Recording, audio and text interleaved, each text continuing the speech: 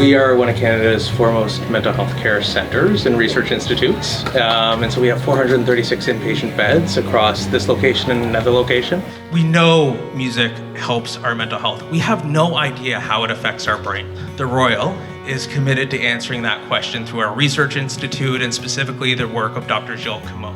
And it's very rare that an artist actually approaches us to come into the community and do something. My name is Jason Jelly Roll D. Ford. I traveled here from Nashville, Tennessee. I'm going to get me some poutine for the first time when I leave here. Am I saying it wrong when I say poutine? How do I say it? I want to say it right so I don't get made fun of. Get a beaver tail? I like a beaver tail. It's not like a beaver, is it? Any more suggestions? What else should I eat while I'm here? I ate some Mr. Maples last night. The little snacks too, they were fire.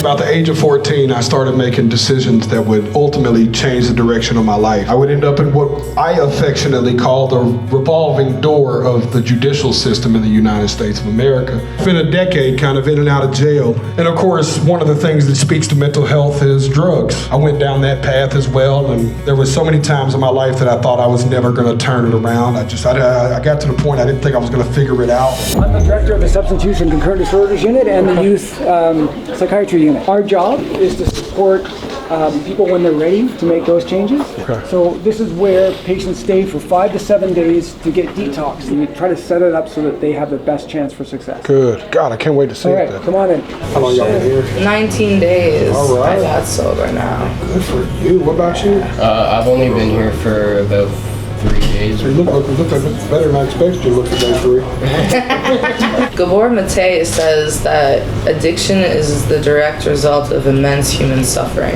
Yeah. It's because it's self-medication at that point. I know the first time I drank or used, it wasn't to have fun. It was to fit in. It's all pain. That's what it is. Yeah, I used to look at it like, oh my God, like my 7th rehab. But then I was like, yo, every time I fell down, I got back up. The last time I was incarcerated, I had a little girl. She was born while I was in jail. I'll never forget this. The guard comes and knocks on my door, and he asks me, my last name's D. Ford. He goes, D. Ford, and I knew I wasn't getting out, so I wasn't even excited. I don't know if you've been to jail, but they never bring good news. You had a little girl today that was born this morning. I said, that's awesome. What's her name? I didn't know. And he goes, I don't know, man. They just told me to come tell you. I'll tell you how change works, and this is of all the things I've changed, this is the one I recognize. In that moment, I hated him. He was my enemy. How could you not have the nerve to find out my daughter's name when you come and tell me my daughter's born while I'm in jail for a crime that I committed? You see how that works, right? We've all been there before too, right? But it changed my life. I knew right then that I wanted to try to provide a life that I never had. And it changed my whole life, and I started writing songs in jail. It was the instant switch. I switched one addiction for another, and my addiction was to be a better human, and that's what I was addicted to when I came home.